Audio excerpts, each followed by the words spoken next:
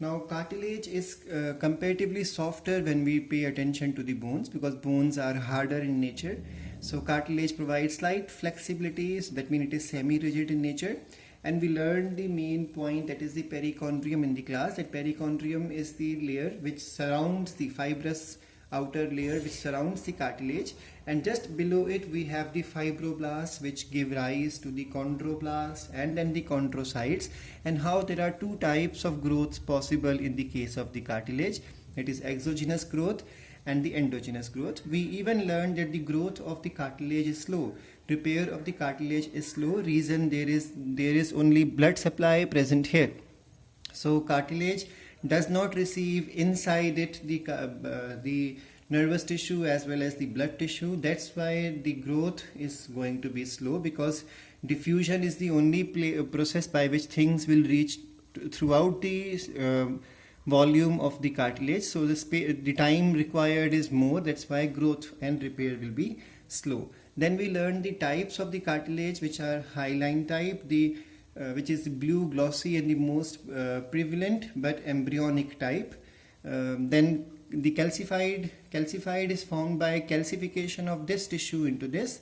That means calcium gets accumulated into it, and if it has good amount of white fiber in it, it is called as white fibrous one, and if it has lot amount of elastin in it, it is called as the yellow elastic type of cartilage. Then bones, in the same manner, is the hardest tissue of the vertebrate's body, and it is rich in calcium, magnesium, phosphate, and it develops the framework of tetrapods. Then the bones also carry in the same manner periosteum, but there is one more point, there is endosteum here. So growth in the case of cartilage is one directional, but in the case of the bones it is in two directions, from outside to inside and from inside to outside. Then we learned that the matrix is here called as the oscine, over there it was called as chondrin. And then how the lacuna is different in the case of the bones from the cartilage, we learned. There are canaliculi present here. Canaliculi were absent in the cartilage. Then each lacuna will carry just one cell in the bone, but there it can be groups of cells present together. And we learned about the Haversian lamellae, interstitial laminae, circumferential, again two type, outer as well as the inner. Then we learned that there are various types of bone cells which are called osteoprogenitor cells, osteoblast cells, osteocytes as well as osteoclast cells, and then endosteum, which is just outside the marrow cavity, and its composition is same like the periosteum. Then the bone marrow is the myeloid tissue or the neurovascular tissue inside that marrow or the cavity, or which is also called as medullary cavity inside the long bones.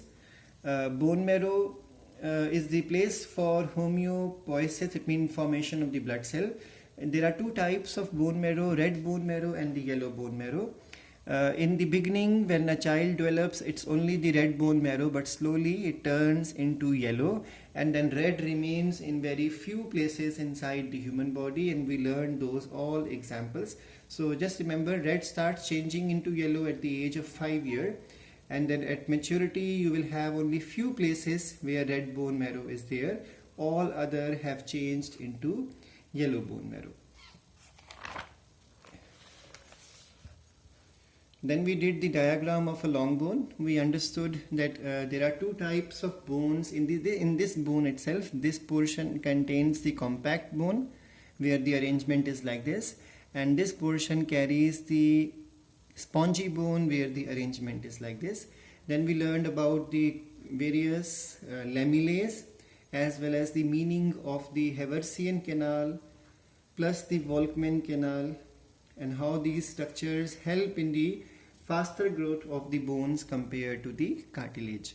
Then we learned that there are various types of bones also. The cartilaginous bone, which develops from cartilage by ossification. Then membranous bone, which develops because of connective tissue undergoing ossification. Then sometimes tendons undergo ossification to develop a bone which is called as the sesamoid bone. And then sometimes inside the soft internal organs there are bones present which are called as the visceral bone. Human does not carry such visceral bone, but there are animals which carry. And we learned that if a bone is burned, then all its inorganic part will be left behind. Organic will go away as carbon dioxide and gases, and the left behind part is ash. And then if a bone is treated with KOH, it will be unaffected, but if it is treated with dilute acid, then its inorganic part would be gone and the leftover portion would be the flexible organic part. Then we learned vascular connective tissue, which includes blood and lymph, and this is also called as the fluid connective tissue, motile connective tissue. And the blood or the red vascular tissue, specific gravity we understood, viscosity, pH, as well as the total amount of the body weight it contributes. And then we learned that it is 7 liter approximate for an adult human individual, healthy individual.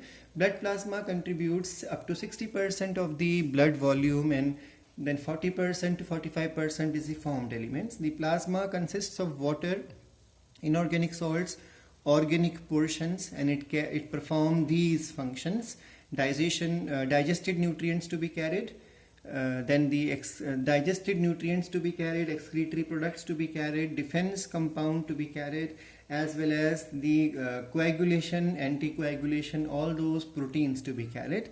And then the formed elements are of 3 types: erythrocytes, leukocytes, and thrombocytes. We learned that the erythrocytes are red in color and they are biconcave and discoidal in shape. We did the dimensions also, and this shape is better because it increases surface area, so there is a faster exchange of gases possible. And nucleus is gone, so that all other organelles of a eukaryotic cells are gone, so that there can be more space for carrying more gas, and that is possible by storing more hemoglobin inside. We learned that around 15 gram per 100 ml of the blood of a male, this is the amount of hemoglobin, and in the case of female it is 13 gram per 100 ml of the blood.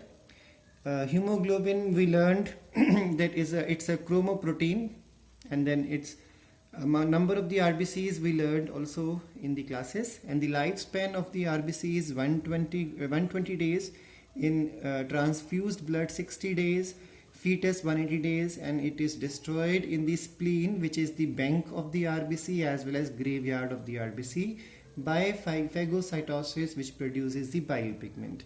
We learned that there are 2 instruments which are called as hemocytometer and hemoglobinometer for the RBC count and the hemoglobin count.